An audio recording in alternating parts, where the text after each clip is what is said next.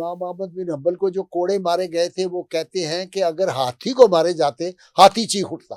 इकबाल कहते हैं गर्दन न झुकी जिसकी जहांगीर के आगे, अल्लाह ने बर वक्त किया जिसको खबरदार। वो हिंद में सरमाया मिल्लत का निगहबान। अब जब हाथी चलता था वो खींचता था जब, तो गर्दन जो है और जिस्म जो है वो एट की शक्ल बन जाता था, इंग्लिश एट की। मोहम्मद अली जौहर वगैरह, मौलाना अब्दुस्तार न्याजी इसी से बचे थे कि वो जो लिखी थी रिपोर्ट वो एक्चुअल वर्ड नहीं थे। बहादुर शाह जफर ने उनको देखा ना तो वो चीखे मार मार के रो पड़ा। क्यों शहजादा जो हाथी पे था और देखा तो पाँव में जूता नहीं था, चप्पल नहीं थी। डरते हुए मौलवियों ने फतवा दे दिया है कि गाय की कुर्बानी जायज नहीं।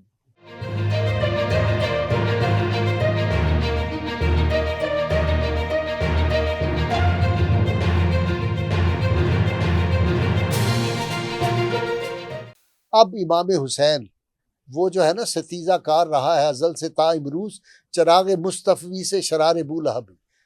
अगर इमाम हुसैन खड़े ना होते तो इमाम मालिक जो थे वो बादशाह के खिलाफ फतवा जो दे देते उसके मुताबिक नहीं दे रहे, उनके ये जो बाजू थे ये खिंचवा दिए गए घोड़े पे, उनके मुंह को वो कालक मल के स्याही मल के और सारे मदीनों में फैलाया गया है, तो वो कभी खड़े होते इमाम मालिक? इतना बड़ा आदमी, इल्म का पहाड़, रूहानियत का पहाड़। और उसके बाद ये इमाम हुसैन, उनके उसवा इमाम हुसैन सामने था। इमाम अहमद बिन हम्बल को जब कोड़े लगे खल्के कुरान के मसले पे गए, कुरान मखलूक है कि नहीं है, वो खड़े हो गए, खलीफा वक्त की बात नहीं मानी। और इमाम अहमद बिन हम्बल को जो कोड़े मारे गए थे वो कहते हैं कि अगर हाथी को मारे जाते हाथी चीख उठता। ये लिखा हुआ है किताबों। इतने जबरदस्त रोज कोड़े, 80 कोड़े रोज लगते थे और हाथी को मारे वो चीख हो जाए। और उनकी जो ये जी थी कमीज थी वो एक रवायत यह है कि रसूलुल्लाह सल्लल्लाहु अलैहि वसल्लम का उनके पास था कुर्ता मुबारक, तो वो बड़ी कोशिश करते थे कि इसको उतारे, वो उतरता नहीं था, उनसे आखिर तक नहीं फटा। बड़े जेलों ने कोशिश की। इमाम आली मकाम का उसवा उनके सामने था। अब आगे आ जाए आप, इमाम आज़म हनीफा की शहादत जेल में हुई है, बिल्कुल गलत मशहूर है। उसको बुलाया जी खलीफा वक्त ने, उसने कहा आप चीफ जस्टिस बन जाएं। उन्होंने कहा मैं नहीं चीफ जस्टिस बनता, तो उसने उनको जेल में दे दिया। कभी हुआ है कोई आदमी ओहदे के कह रहा है कि जी नहीं मैं नहीं ये इंसाफ कर सकता या मैं इस ओहदे को नहीं कबूल करता? असल बात क्या थी, वो जेल में गए, वो अहले बैत की जो थी वो साथ दे रहे थे। इमाम ज़ैद को लिखा उन्होंने कि मैं बूढ़ा हो गया हूँ, अगर मैं जवान होता तो मैं तलवार लेके आपके साथ खड़ा होता। ओए हाय। और आज जो बंदा इन अहले बैत के शहजादों के साथ खड़ा होगा वो बिल्कुल ऐसे है जैसे बदर में रसूलुल्लाह के साथ साहब। ये बात पता चल गई, लेटर पकड़े गए, पैसे भेजते थे वो पैसे पकड़े गए, जिसकी बुनियाद पे इमाम आज़म हनीफा हमारे इमाम जो है उनकी शहादत हुई है। सामने उसवाए शबीरी था। उससे आगे आ जाइए, बड़े सगीर में आ जाते, बड़े सगीर में आके मुजद्दद अल-अफ़सानी अकबर बादशाह दीन इलाही निकाल रहा है, उसके सामने खड़े हैं। इकबाल कहते हैं गर्दन न झुकी जिसकी जहांगीर के आगे, अल्लाह ने बर वक्त किया जिसको खबरदार। वो हिंद में सरमाया मिल्लत का निगहबान। वो मुजद्दद अल-अफ़सानी जो है वो खड़े हो जाते। उन्होंने कहा, जहांगीर ने जब बुलाया तो उसने कहा कि मुझे सजदा लोग करते हैं तो आप भी सजदा करें। उन्होंने कहा सजदा सिर्फ अल्लाह को नहीं होता, इमाम हुसैन दा उसवा साढ़े सामने नहीं। उन्होंने कहा अच्छा एक छोटा सा दरवाज़ा बना दिया, कहने लगा इसमें से जब गुजरेगा फिर तो झुकेगा ना मेरा टॉर। वो गए जाके पहले टांगे अंदर कर दी सर नहीं झुका। देखें एक अहले मार्फत ने बड़ी अच्छी बात की, उसने कहा यजीद ने इमाम हुसैन को शहीद करवा दिया, सर कट गया, उसके सामने पेश किया गया, कटे हुए बाजू भी थे, तो बड़ा आसान था उनका हाथ पकड़ के अपने हाथ में लेता, कहता है लाहौर में कीता है कि नहीं, उसने नहीं बैत की, थोड़ी शहादत के बाद बैत की थी।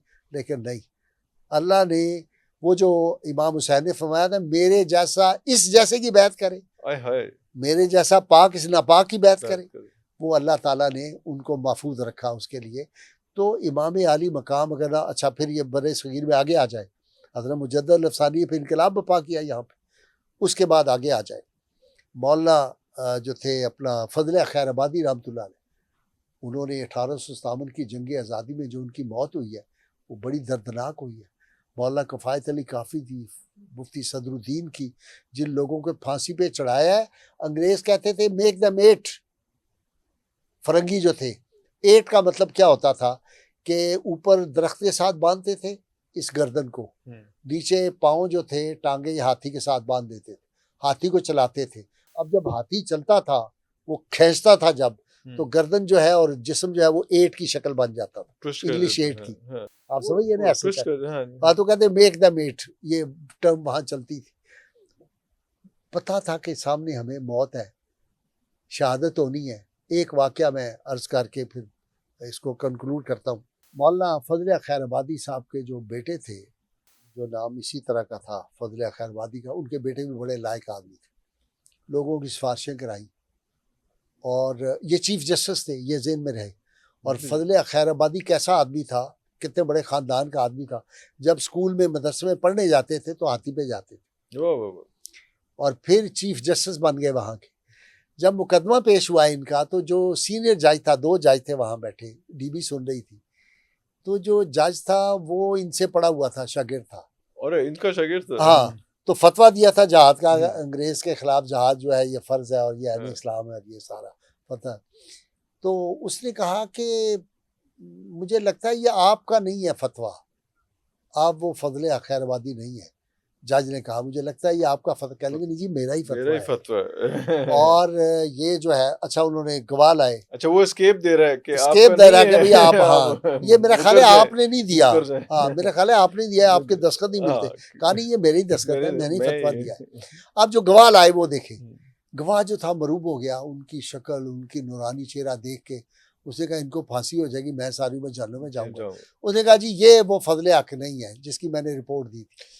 पुलिस वाले ने, उस जमाने में हमारे भी पुराने, आज से पहले जो होता था ना, वो पहले CID वाले रिपोर्टें लिखते थे, मैंने कई केस किए हैं, वो रिपोर्ट लिखते थे हाथ से, उसमें कई गलतियां भी हो जाती।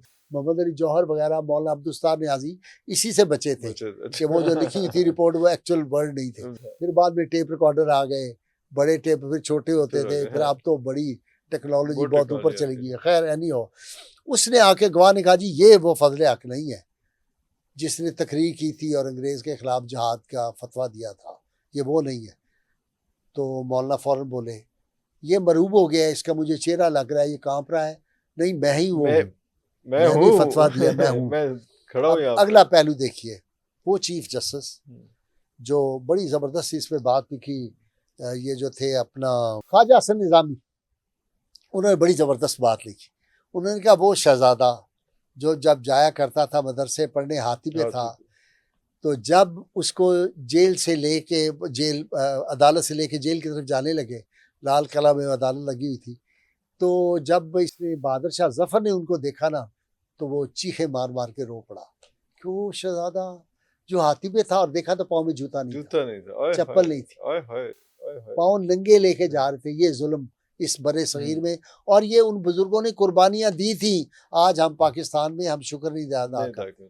आज हम, अगर सुल्तान महमूद गजनवी यहाँ ना आता तो मैं और आप यहाँ बैठे होते, हम आज़ादी के मज़े ले रहे होते। पूछे इंडिया के मुसलमान, कुर्बानी नहीं कर सके, किसी की जुर्रत नहीं कि वो जाके ये ईद के कुर्बान पे, बल्कि डरते हुए मौलवियों ने फतवा दे दिया है कि गाय की कुर्बानी जायज़ नहीं। शरीयत को बदल के रख दिया, आप अंदाज़ा कर लें। ये खौफ होता है, और हम यहाँ मौज कर रहे हैं, और यहाँ बैठ के हमारे पेट भरे हुए लोग जो हैं, जिनके पास नशा दौलत का, इक़्तिदार का, वो कहते सलाउद्दीन अय्यूबी जो था और सुल्तान महमूद गजनवी तो डाकू थे, वो डाके मारते थे। आज हमने अपने हीरोज़ को ज़ीरो और ज़ीरो को हीरो बनाने शुरू किया हुआ है। ये भी हमारी लंबा फिक्रिया है। तो आप अंदाज़ा करें कि हमारे बुज़ुर्गों ने कितनी कितनी कुर्बानियाँ दी हैं इस बड़े से। ये सारी कुर्बानियाँ कहाँ से आई? इमाम हुसैन। अल्लाहु अकबर। वो सामने यजीद गाली है, अगर कोई इक़्तिदार में आके जुल्म करता है कहते हैं यजीद है, और जो खड़ा होता है उसको कहते हैं ये हुसैन है।